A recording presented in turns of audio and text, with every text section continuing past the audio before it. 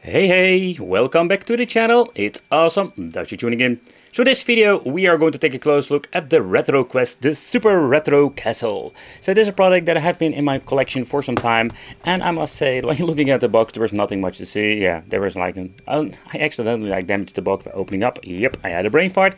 But the product itself is quite interesting. This is something very expensive to buy back in the day, but it was something totally different when it comes to the quality. So let's do a quick unboxing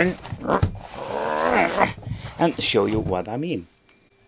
Because when you're looking in the bucket yourself, there's not much. Like, you do get yourself like the deluxe, let's say manual, or yeah, it's not really deluxe, it only comes in one language. So I think this was marketed in only one single region, and this is not like typical product you can find only say a local shop.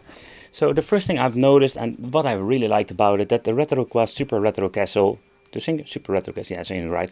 So it comes with a very nice controller. I can say that it almost comes with, I say, in quality controller similar to the original Super NES.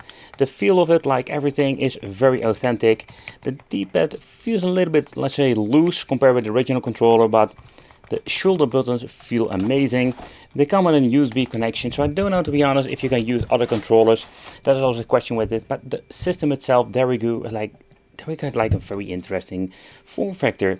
Then we do have the option to add games, HDMI out. We have an input for the 5V, and the power supply is not in here, but you can see we do get an HDMI cable, but we do get the conversion for USB to barrel jack, because you can use like a 2000 milliamp 5V phone charger.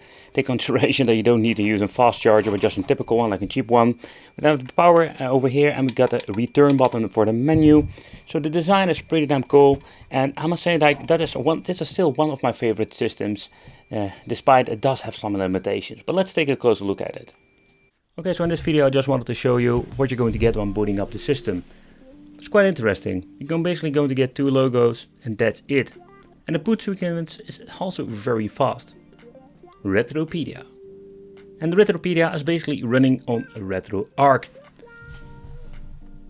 So far I know there's no way of messing around with it. As you can see over here, there is no settings whatsoever. But let's take a close look at what we can do. So recently play favorites. We're going to get arcade with NES, Super NES, PC Engine, Mega Drive. So this is more like the system that you can play some low-end stuff on it. But basically opening it up, I will show you why this is. Let's try some games and let's see how it's running. First up, PC Engine. And let's see how this runs.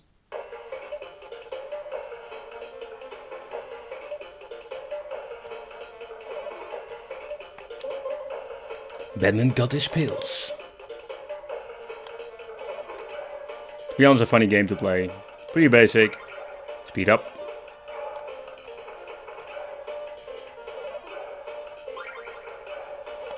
I got some more pills. Oh yeah. You collect your stuff and you move on to the next stage. Okay, when you're pressing the menu button on the system itself, we're going to get the option to do a quick load, quick save, but it's very limited so far I can see. And of course we can go back to the main menu this way. Very convenient, or not really if you're just being relaxed in your couch and you need to get out every freaking time to press the menu button. So it does work, but it's not a very good option in my opinion. Sega 32X, yeah, it's really horrible. I must say this game runs pretty good. 32X, it's just awesome. But the system was flawed when it comes to the hardware. Did you just seriously punch me when I was just flying at them?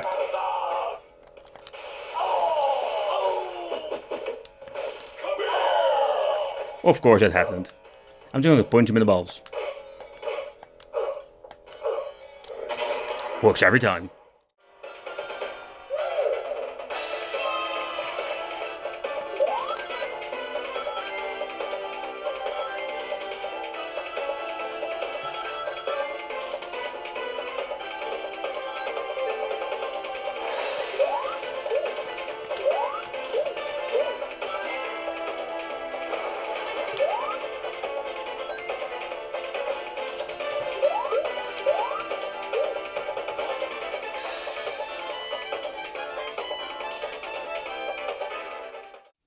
The RetroQuest, Retropedia, Super Retro Castle. This thing comes by many names. I think when it was released, or the first time I even saw it was on Amazon, I think. But I basically picked it up on AliExpress.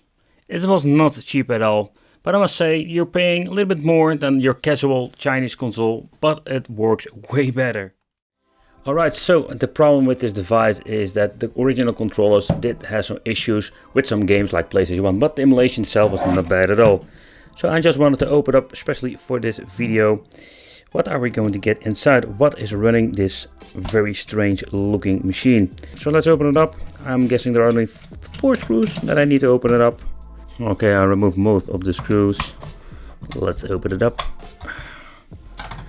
Okay, so this is the main board. Let's see what it says. Retropedia SRF number 1. So it seems to be that this is the device itself. I'm still going to remove the main board because I wanted to see what is on the other side. Oh, there are no screws whatsoever. Okay. That's a cheap way, a basic and cheap way for assembling this mainboard in a casing. Alright, so let's take a close look at the mainboard itself. So what we're going to get is the AM Logic S905X. This is a quad core that is running on 1.5 GHz and that has a Mali 450 GPU inside. In total having 1 GB of RAM, and this is storage I'm guessing is around 8 or 16 GB.